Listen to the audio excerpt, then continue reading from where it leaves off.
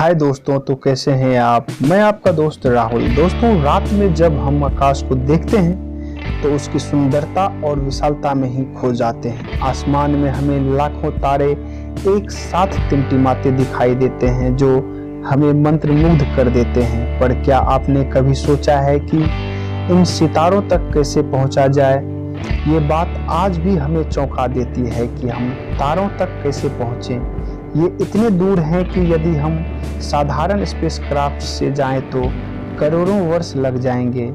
आपको बता दें कि हमारे पास का सबसे नज़दीक तारा प्रोक्सिमा सेंचुरी है जो सूर्य से 4.5 प्रकाश वर्ष दूर स्थित है। एक प्रकाश वर्ष उस दूरी को कहते हैं जिसे लाइट एक साल में तय करती है और प्रकाश की गति 1 सेकेंड में करीब 3 लाख किलोमीटर के बराबर है।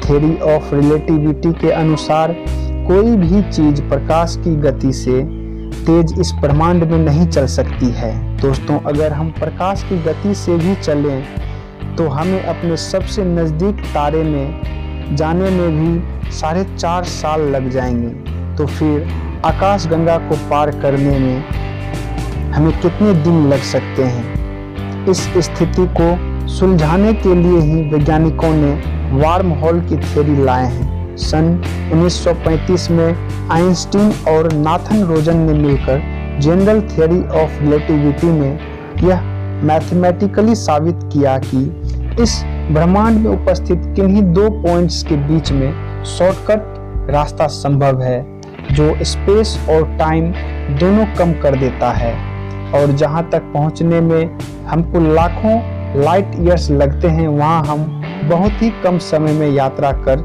सकते हैं। उन्होंने इसको थ्योरेटिकली प्रूव भी किया था।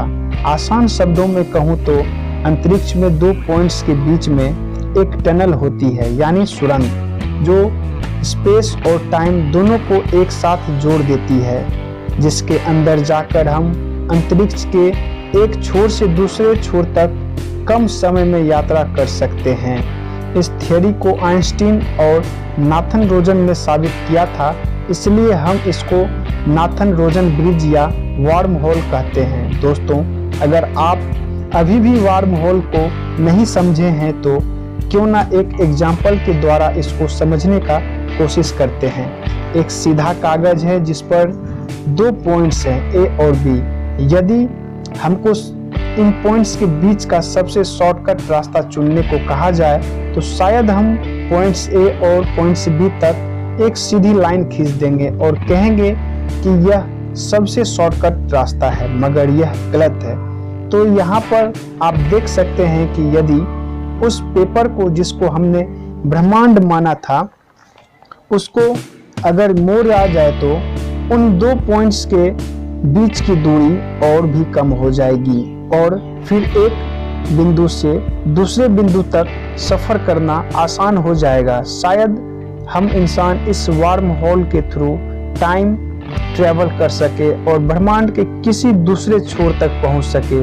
इसी के साथ हम लेते हैं विदा और आगे की वीडियो देखने के लिए चैनल को सब्सक्राइब करें और वीडियो पसंद आए तो लाइक जरूर करें। जय हिंद।